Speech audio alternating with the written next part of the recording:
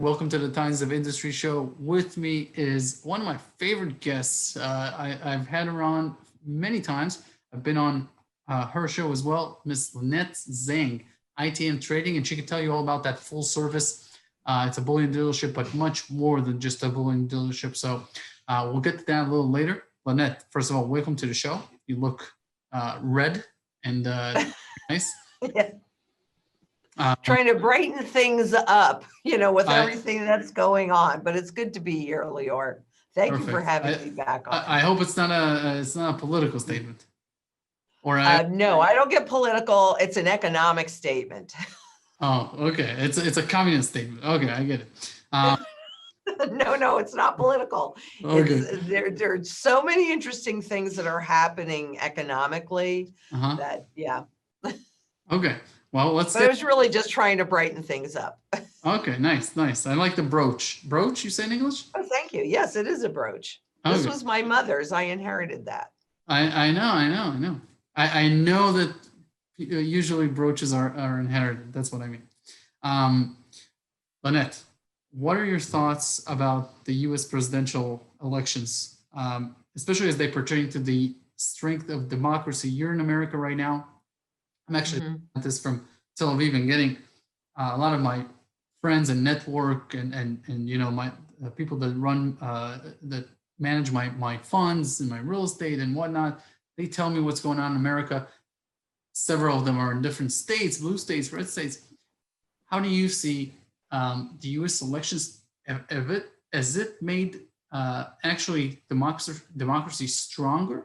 Because we can see how the court system work and constitution and whatnot. Does it actually brings the problem to the surface, and we can see that, hey, even though there's a lot of issues, there's a rule of law? Or do you think that it's really shaking up, like Obama said on an interview, that it's shaking up democracy because it shows that, hey, there's no respect for whatnot on either side. If there was fraud, obviously there's no respect from the Democrats.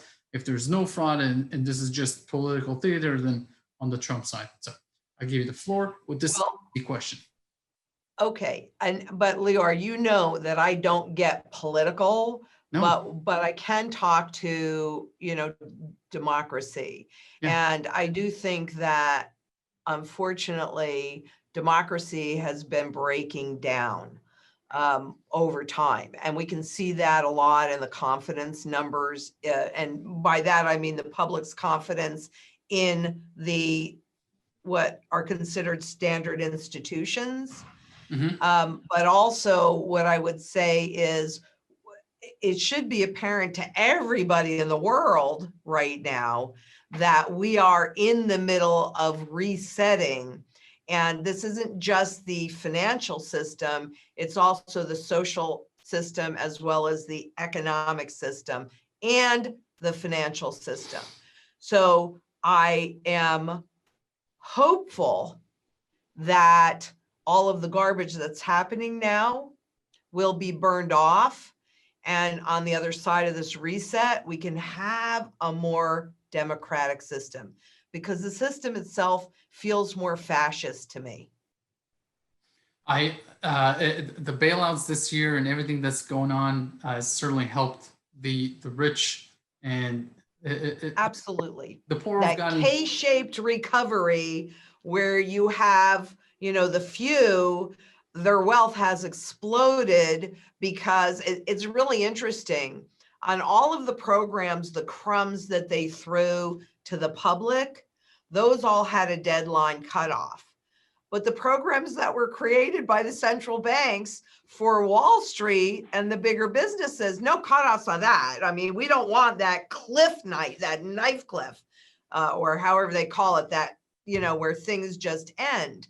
But for the masses and for the public, the extension of the extra unemployment benefit, that goes away December 31st. There's still some rental moratorium. You and I were talking about rents, because I think the phenomenon is also happening here where rents are going up.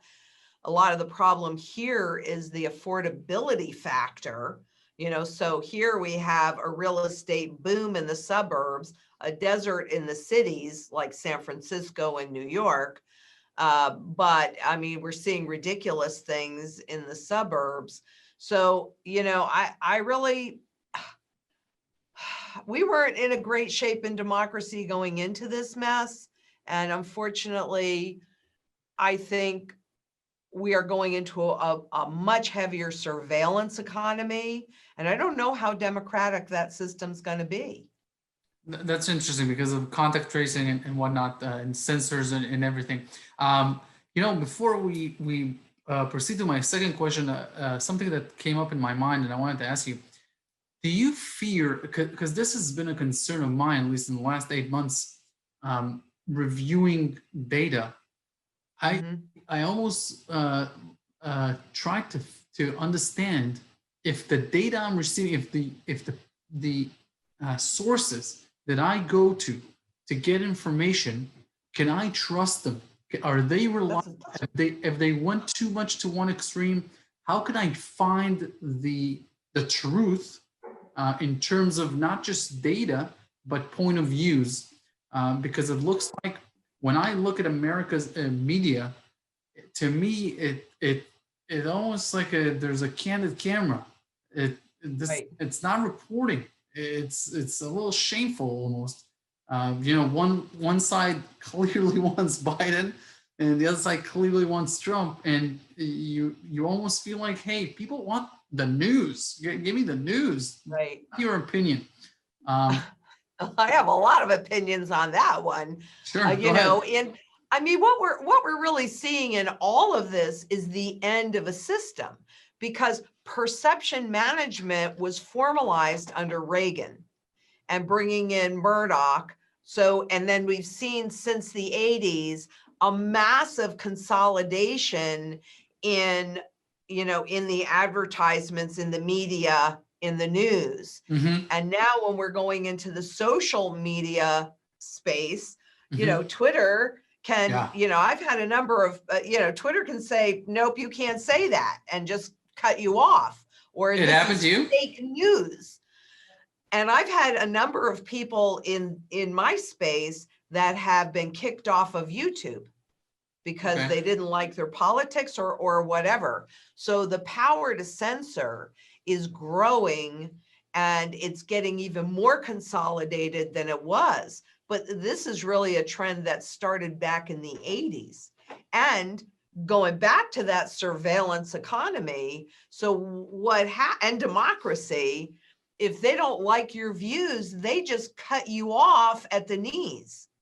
That's what I'm seeing in the social media space, and it's really scary to me. I'll be honest about it. It's very scary to me.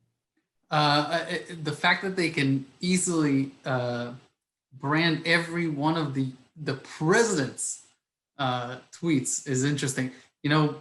Many people don't risk. When you hear for 4 years from from most of the media things about Trump that they never call him president, it's interesting. They've demoted him down to where if you don't vote Trump, you were willing to vote for anyone else. If I'm not mistaken, a survey among Biden supporters said, hey, we don't care if it's Biden or we just don't want Trump. We're never Trumpers. So it's very interesting. And it's a point that I was thinking about a lot in the last 8 months. Where do I get the best data from? Honestly, I'll throw, I am so grateful to my father because, and I may have even said this on your show before, but as I was growing up, and he was a great man, so it always makes him sound less than, but he was really a great man. He was mostly referring to his driving, but he would tell me all the time, do what I say and not what I do. And I would immediately come back and say, Daddy, that makes no sense to me. So when you're asking, and that's a lot of what my work is, I listen to what they say and I certainly read what they write, but then I watch what they do. And if their action is incongruent with what they're saying, I know it's a lie, right? So if you really want to know what the truth is, you know, I know you read a lot of the documentation, et cetera. For I'm doing a series on the recently released financial stability report from the Federal Reserve. And there were 4 points that they were touching on. And so, I mean, their charts and graphs probably have more honesty in them, but their words, yeah, not so much. So, you know, I think that you have to look at multiple places, but definitely watch what they're doing versus what they're saying or what they're telling you to do. And you just have to read a lot from a number of sources and see really what makes the most sense. But, you know, you and I are both data people, and they can skew the numbers and they can skew the opinion. I mean, I can't even tell you how many data points I've looked at that discusses the failure of everything or the bubbles. It's like the bubbles. The Fed is always talking about, well, we're not in bubble territory yet, but if we keep doing this, we're going to go into bubble territory. Yeah.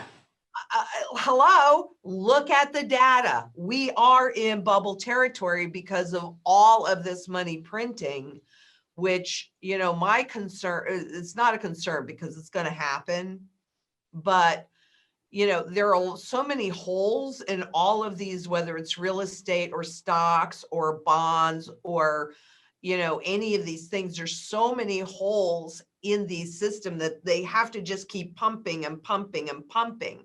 And for people to think that there's no consequence of that is ridiculous, frankly. Because if this was such a great tool, all the things that they're doing now, we'll just pump it every Thursday. Sooner? Yeah, just pump it every Thursday. Fed Powell, he says that now is not the time to think about being conservative. Now is not to think about the national debt. He says there will be a time, but for now, he thinks the more we can bring people back to the workplace, that's his main concern, what he calls skills atrophy. But I do want to ask you about the national debt, because now it's become a real focal point, because people are saying, hey, okay, so skinny bill is 500 billion. The HEALS Act is like, the EUROS Act, I'm sorry, is like 2.2, or they want to raise it to 3.4, Pelosi wants. And then when you start to talk about this publicly, people are saying, okay, well, where's this money? What is this money? Where are we getting it from? What does it come out of? This whole public debate is out there now. And I want to get your thoughts on what people can do if the system can last for a while longer, if it's not imminent, if it's not tomorrow that it's going to crash. Because if it's tomorrow that it's going to crash, we probably both should cancel this video right now and take care of other things. But let's say that it takes a year, maybe 2 years, maybe 3 years, 4 years, maybe it's 5 years from now, and you just want to be prepared.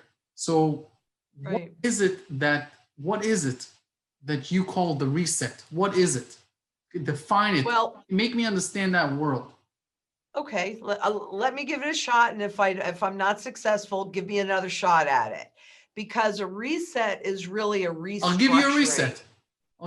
You give me a reset. There you go. Well, yeah, it's a restructuring. The head of the ISDA, which manages all the derivatives, because remember, I don't think 4 years. And I'll tell you why I don't think 4 years, Lior, because I don't really hear, pardon? I was just giving him. Well, I know that, but I'm just telling you the reason why is, and you know, all of this coronavirus and shutting down the global economy is super convenient. The timing of it is extremely convenient because we are resetting, and a reset is a restructuring. So, okay, if the biggest tool you have, for example, the central banks, the biggest tool that they have in keeping this game going are interest rates, because for the last 40 years, you lower interest rates, that inspires people to take on more debt. That's where all the money comes from, is the debt. That's why it does matter. The balance sheets do matter. But if we are anchored, and we've got what, something like 95%, don't hold me to this, but it's something like 95% of the industrial world is anchored at zero. And there's about $17 trillion worth of negative rate debt out there. That means you're paying somebody to borrow. So if you don't have your biggest tool to work with, you have to come up with something else. And that means that you have to create a whole new system. Does that make sense? And that's what the reset is. Okay. So if you read, I mean, the first time that I became completely aware of this agenda was in 2009 with Christine Lagarde. I 100% knew that the financial crisis that became apparent to everybody in 2008 was when the old system actually died and was then put on life support, with all of this money printing taking on more debt. I just looked at this yesterday. In the US, the public debt, so we're not talking about all of the debt, just the public debt to GDP is 143%. Now, the more debt you have, the more debt you have to service. So they cannot raise interest rates, because even at zero, that debt is virtually impossible to service. And we know that. So when Powell says, well, don't be conservative now. Now is the time to spend, which is what he's doing, and we'll deal with that later. Well, that's the same kind of talk we heard in 2008.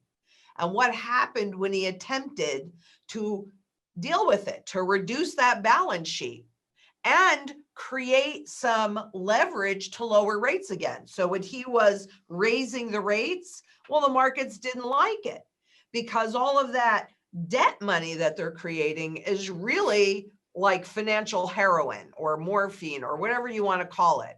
But it's very, very, very addictive. So when I'm talking about a reset, fortunately, or unfortunately, I mean, now it is absolutely out there and open. You have the World Economic Forum, whose title for their next big conference is the reset. And they're talking about, yep, the Great Reset. And you have the ISDA, the head of the ISDA, which is a, it's all the bankers that create this garbage that get to determine what's a default, but they're the guys that are managing. Are you ready? If you don't know this number, 600, well, it's probably higher than this now. So this was August of 2019 were the most current numbers I could get on this. 640 trillion in notional value derivatives. Nobody knows what the underlying value at risk is, but all of those contracts, or well, maybe not all of them, but most of those contracts are tied to a benchmark, the LIBOR, that is going away the end of 2021.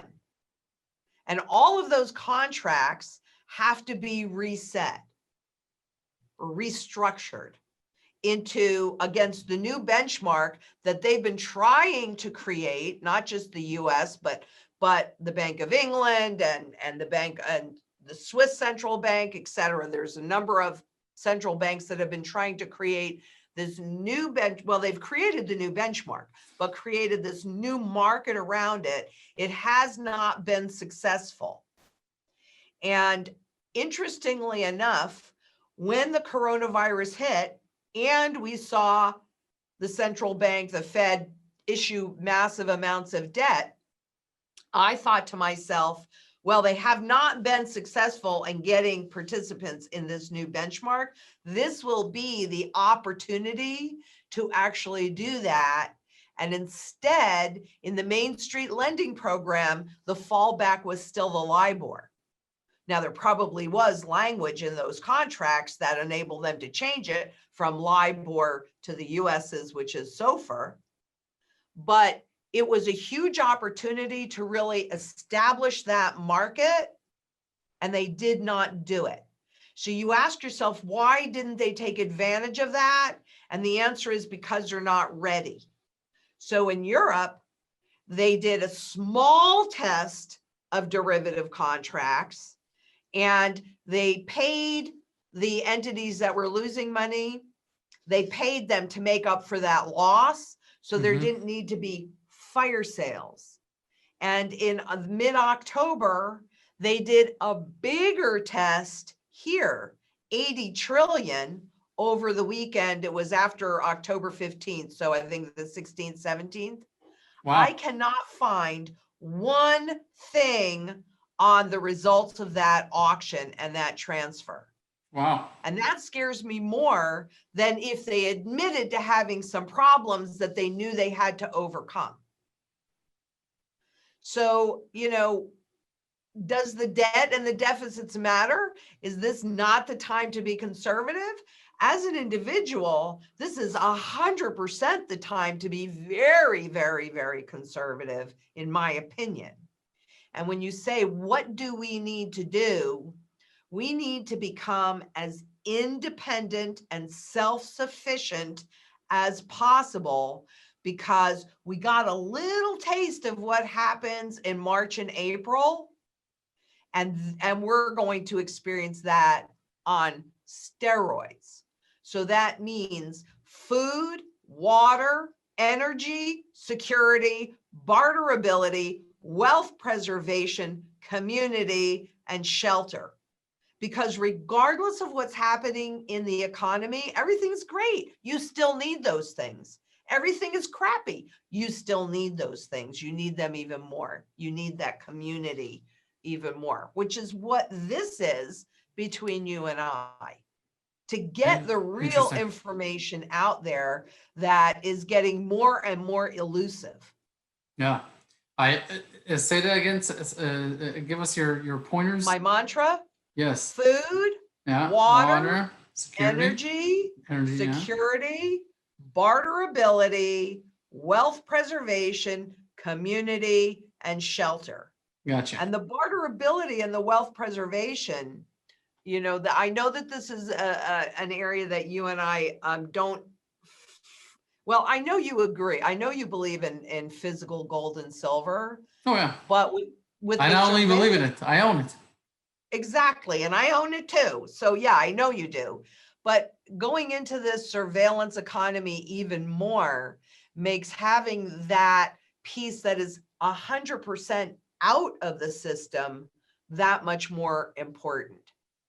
Yeah. Because that's universal. That's universal wealth. Yeah.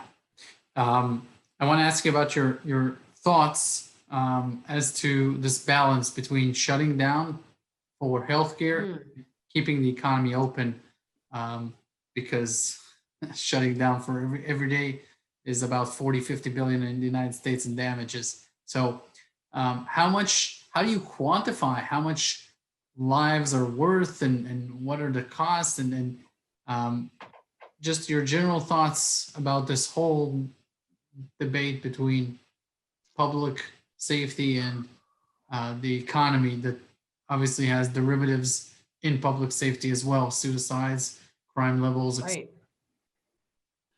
Boy, that's really, you know, it's a tough one, especially since I know people personally that have gotten it, like Jacqueline, my COO. She was, shocker. She was she was 2 months, 2 months. You know, thank God she's back, but you know, my niece. So, pardon? On a respirator? No, she never, fortunately, because we'll talk about this, because nutrition, we got her as soon as she started feeling bad, we started with alternative methods for her. Nice. So while she was basically out of commission, I mean, she was working, but certainly not even marginally at her normal capacity, but she was doing what she could. But she was basically flat on her back for like 2 months. It was really awful. Right. So when you talk about this, a big part of the problem that I see, honestly, is how we have been trained to eat really bad food that does not support our immune system. Sure. In the United right? States, especially. Yeah, and I don't hear anybody really coming out and talking too much about that. When they do, they're kind of shut down by the social media. But yeah, really, it's in the beginning, Lynette. I remember that there were many doctors like take your vitamin C, drink your orange juice, you'll be fine. We even have a center we treat like that, and that video got erased along with many other videos. exactly. So, I mean, they want you on pharmaceuticals, and I'll tell you the truth. I'm a little concerned because the Bill Gates Foundation, along with the government of Bangladesh, in their vaccines, they're putting a tracing tool. Really? Yeah. And that's not, airy fairy. I mean, there's all the evidence. They're admitting it openly. So I know that they want the vaccine to be the end all be all. Personally, I don't, I mean, look, it'll be interesting to see because they'll say, well, yeah, it's voluntary, but if you want to walk into this building, you have to prove that you have this. Oh yeah. Or if That's you want coming. to get on a plane. So, I mean, these are the things that are coming. So you're talking about democracy. That does not sound like democracy to me. No. But it's a really hard balance. I will tell you that personally, I am a nutritionally dense eater, but I was forever. So while I definitely stay home a lot more than I did before, which hurts, the massage therapist and the person that does, the pedicures, and, it hurts the little guy enormously.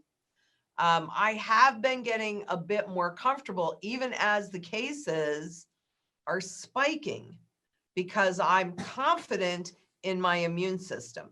Now, I do wear a that's mask happening when I all go over. out.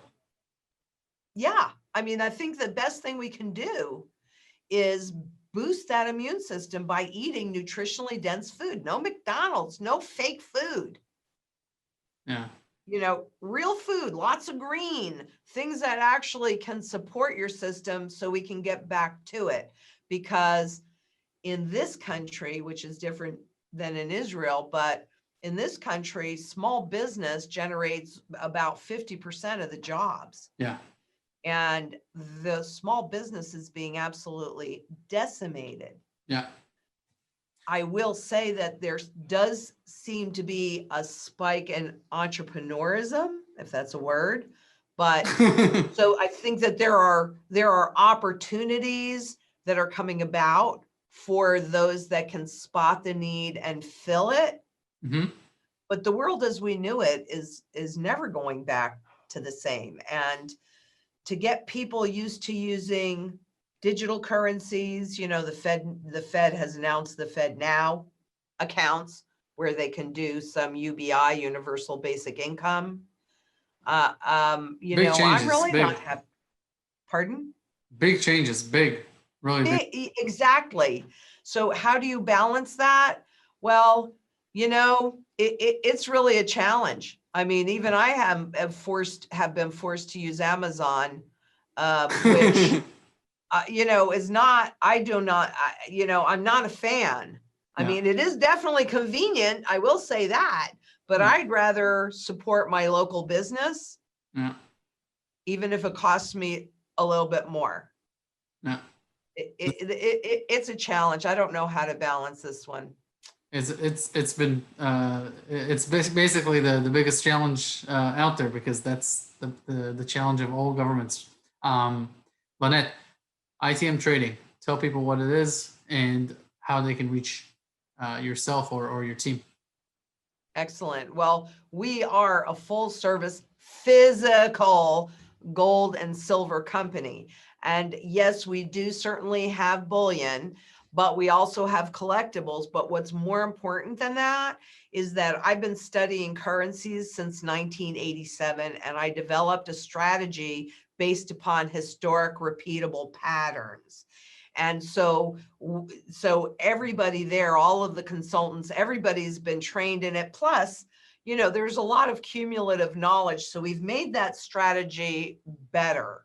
And that's really what we like to do, is work with our clients on their goals, their circumstance, what they have to work with, and create a plan to get through the reset and come out the other side in better condition than you were going into it.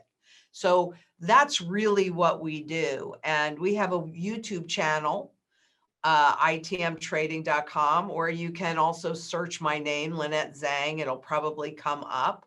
But also, you know, we've got our blog, so itmtrading.com, and it's easy to get a hold of us, 888-696-4653. Lynette, thank you very much. Thank you, Lior. This was fun.